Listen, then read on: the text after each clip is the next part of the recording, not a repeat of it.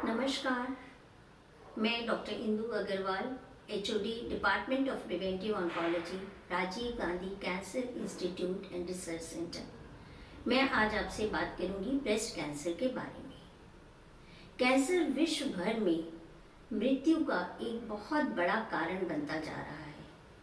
हमारे भारतवर्ष में प्रतिदिन 2000 से भी ज़्यादा लोग कैंसर के शिकार होते हैं, लेकिन अगर लोगों में इस रोग और इसके उपचार के प्रति जागरूकता हो तो इससे होने वाली मौतों को बहुत कम किया जा सकता है। ब्रेस्ट कैंसर औरतों में होने वाला सबसे आम कैंसर है।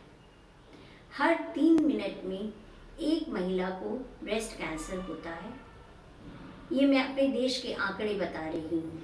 और हर 6 मिनट में एक महिला की हमारे देश में इसकी वजह से मृत्यु हो जाती है। सो आप अंदाज़ा लगा सकते हैं कि ब्रेस्ट कैंसर भारतवर्ष में आज कितनी गंभीर समस्या है।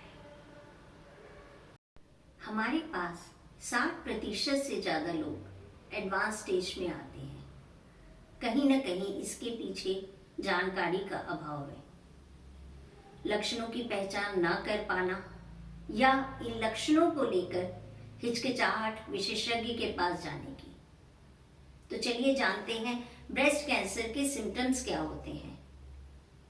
ब्रेस्ट कैंसर का जो एक सिम्टम सबसे ज्यादा कॉमन है वो है गांठ या लम्प। गांठ पता चलने पे तुरंत हमें डॉक्टर के पास जाना चाहिए, देरी नहीं करनी चाहिए। हर गांठ कैंसर की गांठ नहीं होती, लेकिन ये आपने घर बैठ के डिसाइड नहीं करना है। डॉक्टर के पास जाइए, डॉक्टर कुछ इन्वेस्टिगेशंस करेगा, जांचें करेगा और उसके बाद ही पता चलता है कि ये खतरे वाली गांठ है या बिना खतरे की गांठ है। अगर उस गांठ में दर्द नहीं है तो वो और भी ज़्यादा खतरनाक है, because most of the breast cancer lumps are painless to begin with. Breast cancer का दूसरा लक्षण हो सकता है निप्पल में परिवर्तन। निप्पल अंदर की तरफ धंस सकता है या निप्पल से कुछ डिस्चार्ज हो सकता है। अगर वो ब्लडी डिस्चार्ज है तो वो कैंसर का एक लक्षण हो सकता है। ब्रेस्ट के आकार और साइज और शेप में परिवर्तन आना, जिसकी वजह से दोनों ब्रेस्ट में असमानता आ सकती है। ब्रेस्ट कैंसर की स्किन में कुछ चेंजेस हो सकते हैं, जैसे लालिमा का आना या सिकुड़न आ जाना। कई बार ब्रेस्ट कैंसर की स्किन जो है वो संतरे के छिलके जैसी हो जाती है, सूजी हुई और जिसमें डिम्पलिंग्स होती हैं, जिसको हम peau d' orange appearance of the skin कहते हैं। कई बार बगल में गांठ आ जाती है। तो ऐसा कोई भी लक्षण है उसे हमें इग्नोर नहीं करना है, हमें तुरंत अपने डॉक्टर के पास जाना चाहिए और चेकअप कराना चाहिए। अब आप सबके मन में ये सवाल आ रहा होगा कि ब्रेस्ट कैंसर के रिस्क फैक्टर्स क्या होते हैं, यानी किन चीज़ों से ब्रेस्ट कैंसर होने का खतरा बढ़ जाता है। ब्रेस्ट कैंसर के जो रिस्क फैक्टर्स हैं उनको हम 2 भागों में बांट सकते हैं। एक तो मॉडिफाइबल रिस्क फैक्टर्स, एक non modifiable. Modifiable risk factors का मतलब है जिन पे हमारा कंट्रोल है, जैसे कि बॉडी वेट, वजन को नियंत्रित रख के, खास तौर पे मेनोपॉज के बाद में, जब माहवारी बंद हो जाती है उसके बाद अगर वजन बढ़ता है तो ब्रेस्ट कैंसर का रिस्क जो है वो बढ़ जाता है। बहुत सारी स्टडीज हुई हैं भारतवर्ष में भी और पाश्चात्य देशों में भी, जिनसे पता चलता है कि जब बॉडी वेट बढ़ता है, ओबेसिटी से खाली ब्रेस्ट कैंसर ही नहीं, ऐसे 13 तरह के डिफरेंट कैंसर हैं जिनका खतरा जो है वो बढ़ जाता है। इसलिए वजन को नियंत्रित रखना जो है वो बहुत ज़रूरी है। उसके बाद डाइट जो है सैचुरेटेड फैट्स, घी, तेल, मक्खन आदि का ज़्यादा इस्तेमाल करने से ब्रेस्ट कैंसर का खतरा बढ़ जाता है। बहुत सारी स्टडीज़ के हिसाब से लाल मांस, रेड मीट का सेवन करने से भी ब्रेस्ट कैंसर का खतरा जो है वो बढ़ता है। फिर फिजिकल एक्टिविटी, प्रतिदिन अगर हम 1 घंटा व्यायाम करते हैं तो ब्रेस्ट कैंसर ही नहीं और भी बहुत सारी बीमारियां जैसे हार्ट अटैक है, डायबिटीज़ है, सभी का खतरा जो है कम होता है। इससे ज़रूरत है व्यायाम को हमें अपनी रोज़मर्रा की जीवन शैली में इंक्लूड करने की। ऑफ हार्मोन्स, ईस्ट्रोजन, प्रोजेस्टेरोन आदि का जो इस्तेमाल है उससे भी ब्रेस्ट कैंसर का रिस्क थोड़ा बढ़ता है। ये हार्मोन्स जनरली एचआरटी के रूप में दिए जाते हैं, जिसको हम हार्मोन रिप्लेसमेंट थेरेपी कहते हैं। मेनोपॉज के बाद कई बार डॉक्टर्स प्रेस्क्राइब करते हैं, बट इनका इस्तेमाल जो है वो डॉक्टर की सलाह पे ही करना चाहिए।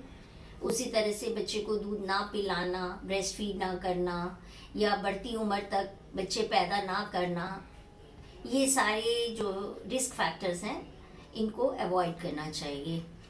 उसके अलावा अल्कोहल और तंबाकू का सेवन जो है उससे भी ब्रेस्ट कैंसर का खतरा बढ़ता है। ये तो हो गए मॉडिफाइबल रिस्क फैक्टर्स। अब हम बात करेंगे नॉन मॉडिफाइबल रिस्क फैक्टर्स की, जिन पे हमारा कोई कंट्रोल नहीं है। जैसे कि बढ़ती उम्र के साथ ब्रेस्ट कैंसर का खतरा जो है वो बढ़ता चला जाता है। हालांकि पाश्चात्य देशों के मुकाबले भारतवर्ष में जो है कैंसर, ब्रेस्ट कैंसर कम उम्र की महिलाओं को शिकार बना रहा है। It occurs a decade earlier, 10 साल पहले हो जाता है। उसी तरह से पारिवारिक इतिहास, फैमिली हिस्ट्री, अगर परिवार में 1-2 सदस्यों को ब्रेस्ट कैंसर है या ओवेरियन कैंसर है तो उनकी भी ब्रेस्ट कैंसर होने की संभावना बढ़ जाती है। अबाउट 10% ऑफ केसेस में थोड़ा सा जेनेटिक म्यूटेशंस होते हैं जो फैमिली में रन करते हैं, जैसे BRCA1, BRCA2, तो बट वो बहुत कम है, जस्ट 10%। 90% केसेस में जो है वो एनवायरमेंटल रिस्क फैक्टर्स ही है, वो अपना रोल प्ले करते हैं। उसी तरह से बच्चे ना होना या फिर लॉन्ग मेंस्ट्रुअल हिस्ट्री, बहुत कम उम्र में माहवारी शुरू हो जाना 11 साल से भी पहले, और लंबे समय तक माहवारी का चलना, 55 साल की उम्र के बाद मेनोपॉज होना, इन सब से भी ब्रेस्ट कैंसर का खतरा जो है वो बढ़ जाता है। Stage of breast cancer at the time of diagnosis is very important. Normally हम ब्रेस्ट कैंसर की जो स्टेजिंग करते हैं, जैसे stage 1, stage 2, stage 3 and stage 4, उसमें स्टेज 1 एंड 2 को हम अर्ली ब्रेस्ट कैंसर कहते हैं और स्टेज 3 एंड 4 को थोड़ा एडवांस ब्रेस्ट कैंसर कहते हैं। स्टेज 1 जैसे कि अगर वो गांठ है तो 2 सेंटीमीटर से कम की गांठ होती है तो उसको हम स्टेज 1 कह देते हैं। अगर वो 5 सेंटीमीटर से कम की गांठ है और 2 सेंटीमीटर से बड़ी है तो उसको स्टेज 2 कह देते हैं। अगर आसपास के लिम्फ नोड्स इन्वॉल्व होते हैं तो वो स्टेज 3 हो जाता है। और अगर ब्रेस्ट से हट के कैंसर अगर जिगर में, ब्रेन में, हड्डियों में या फेफड़ों में फैल जाता है तो वो स्टेज 4 कहलाता है। तो जैसे जैसे स्टेज बढ़ती जाती है चांसेस ऑफ सक्सेसफुल ट्रीटमेंट जो है वो कम हो जाते हैं। स्टेज 1 में ऑलमोस्ट मोर देन 98% जो है क्योर रेट होता है। तो अर्ली डिटेक्शन जो है वो बहुत इम्पॉर्टेंट है ब्रेस्ट कैंसर में। अब हम अर्ली कैसे डिटेक्ट कर सकते हैं? अर्ली डिटेक्शन के लिए हम कहते हैं 3 pronged अप्रोच है: breast self examination, clinical breast examination और मैमोग्राफी।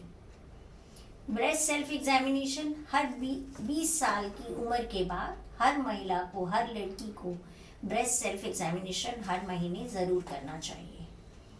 और 40 साल की उम्र के बाद साल में एक बार कम से कम डॉक्टर से अपना चेकअप कराना चाहिए। और 40 साल की उम्र के बाद ही हम मैमोग्राफी रिकमेंड करते हैं। मैमोग्राफी एक बहुत ही लो डोज रेडिएशन वाली एक इन्वेस्टिगेशन है जिसमें हम सिम्टम्स के आने के ऑलमोस्ट 2 to 3 ईयर्स पहले जो है हम ब्रेस्ट कैंसर को पकड़ सकते हैं। और ये 2 से 3 साल जो होते हैं वो ट्रीटमेंट पॉइंट ऑफ व्यू से बहुत इम्पॉर्टेंट होते हैं। तो मैं यही कहना चाहूँगी कि हमें किसी भी एबनॉर्मैलिटी को नज़रअंदाज नहीं करना चाहिए। महिलाओं को अपने स्वास्थ्य के प्रति जागरूक रहना चाहिए। और सबसे बड़ी बात यह है कि कैंसर कोई लाइलाज बीमारी नहीं है। कैंसर का इलाज संभव है, हमें इससे डरना नहीं है और हमें इससे प्रोएक्टिव होना है। मतलब हमें जो है डर के नहीं हम इस बैटल को जीत सकते हैं। कैंसर का इलाज संभव है।